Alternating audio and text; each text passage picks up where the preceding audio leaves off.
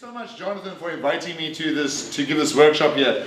To be honest, I was really surprised that I was invited to give the keynote speech at Prestige's 38th anniversary. Thank you. I was here for the 30th anniversary, 8 years ago when I first joined Toastmasters. Taiwan was the president at the time. A lot of the older members that I saw inside the PowerPoint were here too at the same time. I remember that time George Yen, I think, was the main speaker. He was the international president of Toastmasters at the time. And he came out of Prestige, actually, George Yen.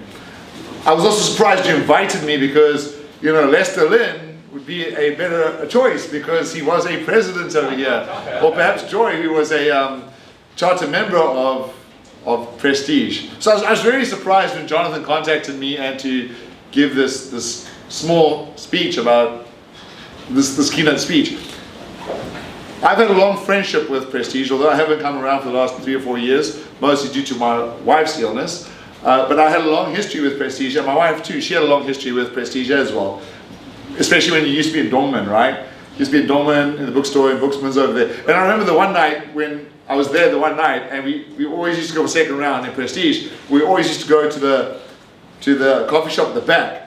And I remember that night, I think Annie was the president, or she was going to be the next president, and I remember sitting with Annie, and she like needs members, and there were 4 guests. And it was their first time in Toastmasters, and I persuaded all 4 guests to join that night. They wanted to join my club, and I said, no.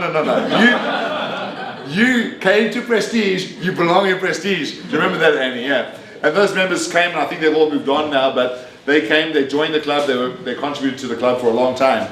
I go back to Toastmasters, Prestige Toastmasters. I remember coaching some of your members for speech competitions like Lila and Claire from a long time ago. And my wife got very involved in Toastmasters. She knew Stephen and Jerry and a lot of the older members in Prestige. And I know my wife and Annie were very, very close friends, even towards the end of her life, very, very close friends. So myself and my wife have had a long association with Prestige as long as we've been in Toastmasters. And we're very thankful for that because you became like a second home away from TGI and Born to Shine. If we could go to any other club, we would always come to Prestige. So thank you, Prestige. And also today, I'm really happy to see so many guests here. Yeah, let's give it up for the guests. Yeah? And I'm very happy because I asked Jonathan, what do you want me to speak about? He said, come give a keynote. I said, what about? He said, about inspirational speaking. And so I hope today that we've got many members from many different clubs, and I hope today some of what I say will sink in, because I think what I want to say today should be spread out through Taiwan. And I'll get into a little bit more of that later on. But before I get into talking about what is an inspirational speech, I must confess, I entered the speech competition on Sunday, I came third. I'm not quite sure if I know how to inspire a Taiwan audience. It was very interesting when I spoke about inspiration, right? Because on Sunday after the contest, my friend Joseph Kalpin, he did a very, very quick survey of the Taiwanese people, the foreigners, and the Japanese people, because he speaks Japanese. And he asked them which speech won. All the Taiwanese people said Coco's speech about her dog. All the foreigners said my speech about my wife. And all the Japanese people said Maya's speech about like father, like son, even though she's a girl. So it was very interesting that inspiring or motivational speeches depends on culture. When Joe told me that, I came out and I went and started asking people to prepare for this workshop. What for you is an inspiring speech? And I asked between Sunday evening and between now, I've asked about 15 people. And I got 15 different answers. So I was speaking to my mom before the workshop and asked her, and I told my mom, and mom said, well, what was the common thread? I said, nothing. Every answer was so completely different. It's hard to talk about an inspirational speech when people have a different view of what an inspirational speech is. So today, I'm going to be speaking about what I think an inspirational speech is, what it includes, and how to deliver it, right? Because I think inspiration for different people means different things. But for me, it means searching for the victory within our own hearts. That's what it means. Very often, especially with English, people get confused between inspiration and motivation. Now in the old manuals, how many of you remember the CC manual, like way back in the day? Like a couple of us remember, right? A couple of us who are not like 20, we remember, right? We had the CC manual, and speech 9 was the motivational speech, and speech 10 was the inspirational speech. Clearly there's a difference. Clearly there's a difference. What's the difference between motivation and inspiration. And I've kind of hinted it to over here. The one is about internal victory. The one is about winning for yourself. The internal victory inside yourself. That is the thing that we seek for ourselves, the thing that carries us in our lives. It's the thing that gives us, defines who we are, gives us meaning and purpose. That's inspiration. Motivation is the external victory. Motivation is the thing that gets you to climb up a mountain. And I want you to think about a mountain, right? I want you to think about a mountain. Like going up a mountain is very hard. Lester and I ride bicycles together. Right now he's much quicker than me up mountains because I'm really lazy and fat. But he was much quicker. Once a long time ago. But going up a mountain on a bicycle, you need a lot of motivation and be like, oh, it's jayo, jayo, jayo, right? That's motivation. It's the pushing you up, pushing you up, pushing you up that mountain. It's that external victory. But the internal victory. Imagine that mountain again, but you're in a tunnel and there's no light. And it's very dark. And you don't know what to do. And you're stuck. You're in pain. You're hurt. That's when you need inspiration. That's when you need somebody to come and say, you know what, no matter how dark it is, no matter how hard it is, your life is worth something. Your life has meaning. Your life has purpose. You see, motivation will get you up the mountain, but that mountain's you're going to get to the top and you're going to come down. You're going to go up, you're going to come down. You're going to come up, you're going to come down. But what? Motivation never lasts. Inspiration is forever. When you're in that tunnel and you have those inspiring stories in your mind, you go through that tunnel slowly, one step at a time. It's dark. But maybe sometime you get out into the bright light and it gets a little bit lighter.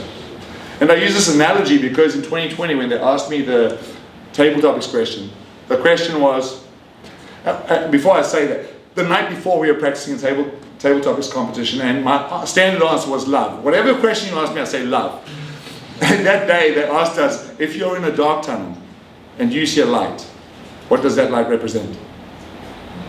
And my friend Eric was in my head. He said, you always say love. And I was about to say love, and then Eric's in my head.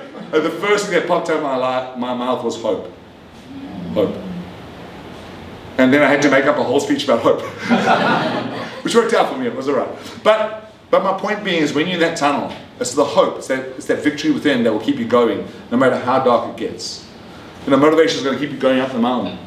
But what gets you through the dark parts of your life? And that is, for me, is the big difference between inspiration and motivation. Motivation is all about the things we say for the external victories. But the inspiration are the things we hear and the things we say that give us the internal victories. And so today that's what I'm going to be focusing on, is inspirational speaking. And I've broken my presentation up into three stories, three parts. The first is the life, the second is the story, and the third is the telling. And so we'll just go into a little bit of these in a little bit more detail. The first thing for an inspirational story, you can never ever have an inspirational story if you do not live an inspirational life. And I'll say that again, you can never ever tell inspirational stories if you do not live an inspirational life, especially about your own life. Or if you do not read about inspirational lives, you can never really inspire anybody. The most important thing to do is to live an authentic life.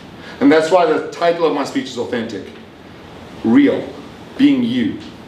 If you are not you, how can you inspire anybody else? One of my great friends in Toastmasters is a guy called Joseph Kalpin. How many of you know Joseph Kalpin? Joseph is an incredible human being. But when he became president of TGIF after me, the first two meetings he wasn't connecting with our people. And before the next meeting he sat down with me and he told me the problem. He said, Paul, I'm not connecting with the people in our club. What's going on here? And I said to him, because you're trying to be like me. You're trying to be Paul Sharpe, not Joseph Kalpin. Because you see, when I'm a TME or I'm a Toastmaster, I'm like, rah, rah, rah. I'm like Aaron, right? I'm big, I'm loud, I'm in your face. I really can like host a crowd. But Joe is not that person. He's a different person. And immediately he switched and he became Joseph Kalpin. And all of a sudden he became one of the greatest presidents our club has ever known when he became himself. And since then Joe has continued to grow and become himself. Another example is my great friend over here, Eric. Eric is one. How many of you know Eric? Anybody? Eric is one of the funniest guys I know. If you ever come to our club, like he always wins the most humorous competition, even when he's not there. He's always the most humorous speaker. It's like really unfortunate, right? None of us can win.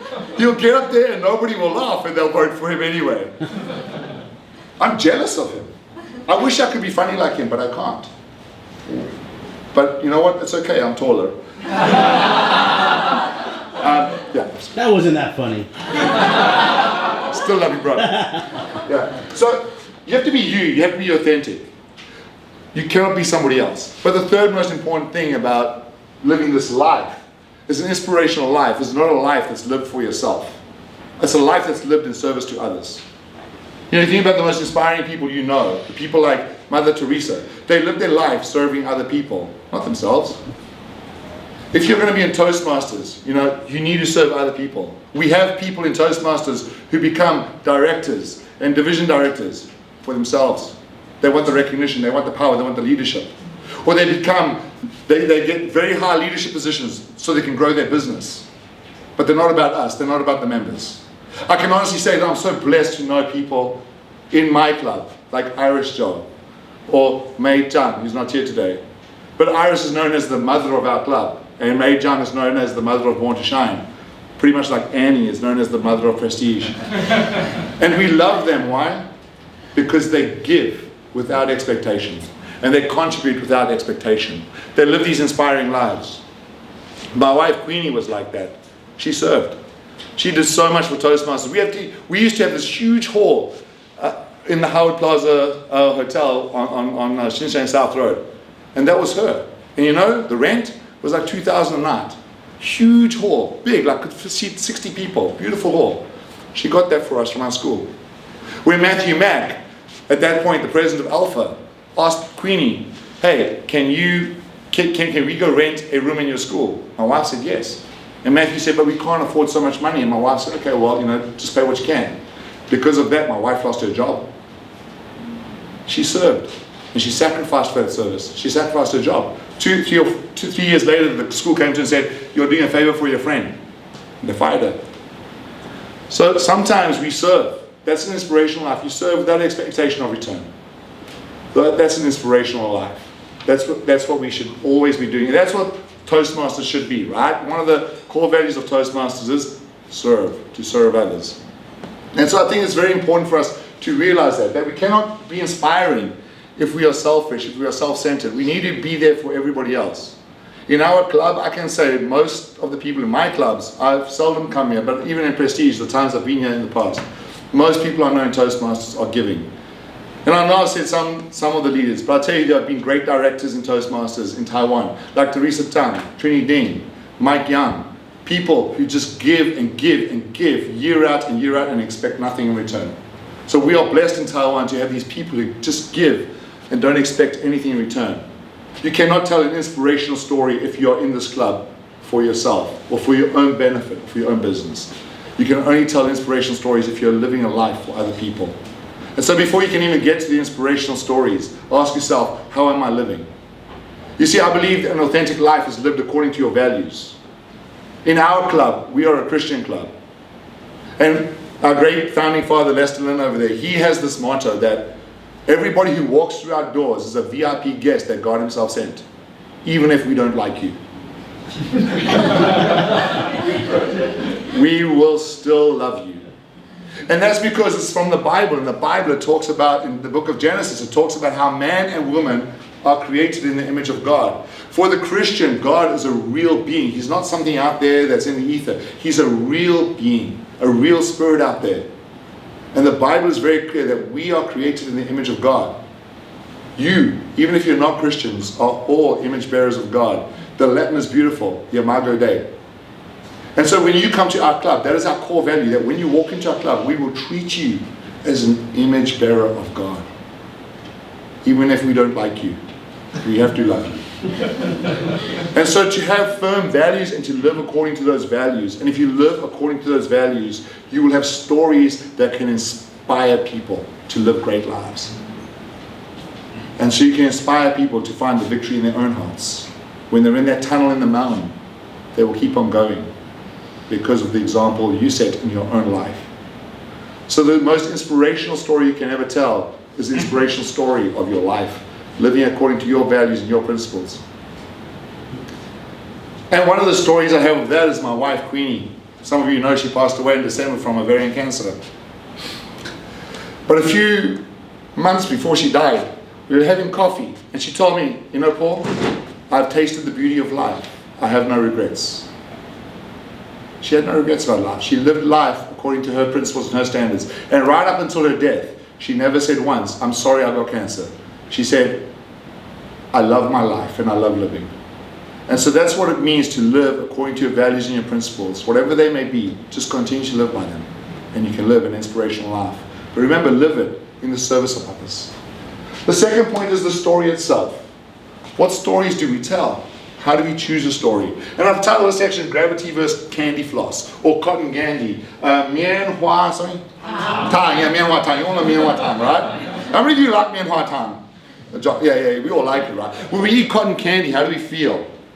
We feel great, right? It's like yum, yum, yum, yum. So delicious. It gives you this like temporary high and then it's finished. It goes in your mouth, it melts, then it's finished.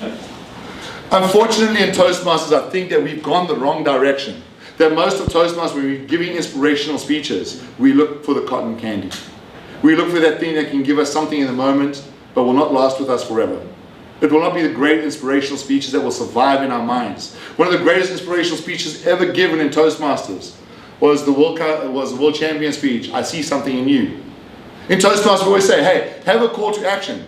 What's the call to action in that? Nothing. It's like, I see something in you, but I don't know what it is. Cheers, I'm off. That's it. His whole message is there's something special in you. There's no call to action. There's nothing to say, go and do something.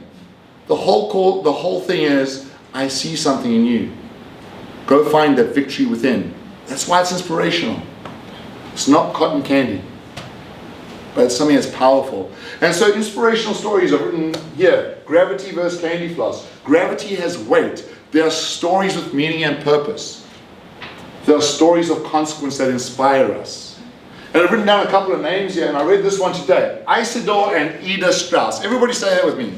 Isidore and Ida Strauss. Do you know who they are? No. None of you watched the Titanic? Oh, you only know Leonardo DiCaprio, right? But this is a true story. I read this today. It popped up on my Facebook feed, and I thought, how appropriate. They were an elderly couple on the Titanic. And Ida's the wife, Isidore's the man. And they were putting him in the lifeboats because they were very rich. And she had on her fur coat. Took her and put her on the lifeboat. And then they said to her husband, please go on. He said, I will not get on the lifeboat until all the women and children are safe. And so his wife got off the lifeboat and she stood there. And she said to her husband, we have had 40 years of life together and we have 6 children. Let's give other people a chance for life. And they were standing there, and then a wave came and killed them, took them off the boat, and they died. It's inspiring. It's not candy floss. It has weight. It has meaning. Stories of consequence will inspire us to live according to our values, according to our principles. You know, I wrote another name down, Rob Hall. Rob Hall was a mountaineer, a high mountain mountaineer. He was one of the first people to pioneer commercial mountain climbing on Mount Everest. And he was made famous by the book Into Thin Air. Because he was the leader of the Mount Everest climb where a lot of people died in 1996. Rob died on that mountain on that day. He could have got down. He could have got down, but he didn't. Because some of the people he had taken up, some of the people he was leading were still up there. And so he decided to be a leader of consequence, a man of consequence. And he sacrificed his life in the failed attempt to save somebody else. The last thing he said to his wife was, don't worry about me, sweetheart. I'll be fine. Stories of consequence, not candy floss. Candy floss is going to give you a momentary fix. But stories of gravity and consequence are things that will inspire other people. Stories with depth and meaning. Sadly, many of them end in tragedy. I can tell you all the stories about my wife. Her story ended in tragedy, but her life was inspiring even to the end. Her love and her passion for life. If you knew her, you'd know that. Eric and Lester and so many other people would come to the hospital and have parties in the hospital with her. And the nurses would get so angry with me. I'd take Queenie out in the wheelchair and I'd push her to the university next door. And I'd come back 4 hours later, the nurses would be yelling at me. I'd take Queenie to the 7-Eleven at 8 o'clock at night and we'd sit there talking. And the nurses would get so angry at me again. But I didn't care because she wanted to live and enjoy her life. But it ended tragically. But it's a story of consequence. If I told you the story of Queenie, it would be very inspiring. But unfortunately in Toastmasters, we're looking for candy floss. We're looking for the yes. Just say yes. But that gets you nowhere in life. Makes you feel good in the moment. But how's it going to take you through the tunnel in that moment? It's not. You get stuck. So if you want to tell inspiring stories, don't be afraid of the weight of the story. Don't be afraid of how difficult that story is. I'm not saying candy floss stories are bad. Of course we need moments of humor in life. We need moments of fun. We need moments of joy. We sometimes need different kinds of speeches. And I'm not trying to say that those speeches aren't relevant. Yes, we need them in life. If we only listen to stories of weight and consequence, it would be too depressing. But those are the stories that inspire us to find that victory within. And today you've asked me to speak about inspirational speaking. That's why I'm focusing on it. And so I think that the story is most important. I've written a couple of other names here. Dietrich Bonhoeffer. Dietrich Bonhoeffer was a man of consequence. He was a Christian theologian and pastor during World War II. He saw the evil of Adolf Hitler and he joined the plot against Adolf Hitler. And 10 days before the plot to kill Adolf Hitler, he was caught. And 10 days before the World War II ended, they killed him. His last words on earth, well, his last recorded words on earth were, for me, this is the end. For me, the beginning. A life of consequence. If you read his story, you'd be so deeply inspired and moved by a man who would stand up in the face of the most evil dictator of the 20th century. Anne Frank, one of the most inspiring people from World War II. Another story of consequence. Lived in a small room for 2 years as a teenager writing a diary. Was caught by the Germans and died in a concentration camp. And we read these stories and we are deeply inspired by them. Yes, they had tragic ends, but they were lives of consequence that inspired people and continue to inspire people today. So if you want to inspire people, do not be afraid of the weight of a story. And so the first tip for inspirational story is go live a life of consequence. Go live a life that can be inspirational in service of others. And the second thing is when you find those stories with weight and meaning and depth, don't be afraid to tell them. The third point here is the telling of the stories. And this is something which I really want to focus on for District 67 in particular. Remember the campfire. Remember the campfire. You see, I come from South Africa, and near my house, there's these mountain ranges called the Drakensberg. And inside the Drakensberg, there are the caves. And inside the caves, there are the paintings on the wall by the Bushmen. Old tribes. You see, when they were telling stories, they would have a campfire, and they'd sit around the campfire. And they'd have to sit there like this, because if they jumped up, their heads would hit the top, right? If they danced around with all their crazy body language, they'd get burned. You see, Toastmasters now encourages ridiculous body movement. Insane. It's led by guys like Darren Tay wearing underpants, and everybody thinks, oh, that's a beautiful candy floss moment. Let's vote for it. I like Darren, he's a good guy. But candy floss moments like that are not necessary in great speaking. I want to think about Steve Jobs. Stay hungry, stay foolish. He stood behind a podium. Winston Churchill. We will fight on the beaches, we will fight in the land, we shall fight in the air, we shall fight in the sea, but we will never surrender from a podium. And the greatest of all, Martin Luther King. I have a dream from a podium. None of this idiotic running around on the stadium. I entered a speech contest on Sunday, came third. In the area contest, there was G1, G2, G3, 5 members. I could see the judge sitting in front of me, and she had her scorecard out. 2 people in area G2 couldn't hardly speak English, and one of them forgot their speech. But that judge, because my speech, I stood and I delivered from one place, had me 5 out of 5. So I said to my friend Eric, what should I do? I should go to the speech contest, add some body language into my speech until I get to the district final, and then I should just stand there. But I didn't. In the district final, I started to move. Our keynote speaker and our guest speaker told me on Monday morning when he saw me, he said to me, Paul, I didn't like your speech. I said, why not? He said, because of all the body language. It looked fake, it looked inauthentic, it looked unreal. And I agreed with him. And I showed him the original speech I gave in my club where I just stood and stand and delivered. And he said, that was powerful. But what's happened with Toastmasters and the judges, that's why I'm so happy there's so many people here today, is that they've said to us that we need to dance around like ponies. We need to be clowns on the stage. But that's not inspiration. You think of Barack Obama. Yes, we can. Yes, we can. From where? behind a podium. I want you to think about 10,000 years ago, when they were sitting around the campfire, and all they had were their voices in the middle of the night. They would sit there and tell stories. When I was a young kid, I was a Boy Scout, and then every night we'd build a campfire, and we'd sit around that campfire, and we'd tell stories. Nobody stood up. We used our voices. We used our life stories. We used our experience. We were kids. We were only 14 years old. Sure, we tell a lot of ghost stories. But we sat there. There was no need for excessive body language. There was no need for ridiculous body language. There was no need to be a dancing pony on the stage. Authentic stories are told in an authentic way. Walking around the stage, doing crazy, stupid body language does not make a speech inspirational.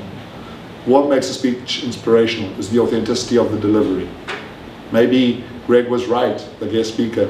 Maybe I didn't sound authentic because they were so distracted by my body language that I was trying to put in to win a competition. And he was right. I should have ignored it all and just stood and delivered my speech. To tell inspiring stories, the first thing is to go and live an inspirational life, living that speech according to your values. Once you have figured it out, how to live that life, go find the inspirational stories that have weight, not candy floss. Don't be afraid to share them. Not every speech has to be full of jokes and humor. Some speeches don't lend themselves to jokes and humor. And the third thing to remember is when you tell the story, remember Steve Jobs, Martin Luther King, Winston Churchill, Barack Obama, standing behind a podium, delivering powerful, inspirational speeches that saved countries, that inspired generations. You don't need crazy body language on the stage. What you do need is a good story that has weight and consequence, told in an authentic way. Thank you for having me, Prestige, and go and inspire Taiwan. That's what we're doing.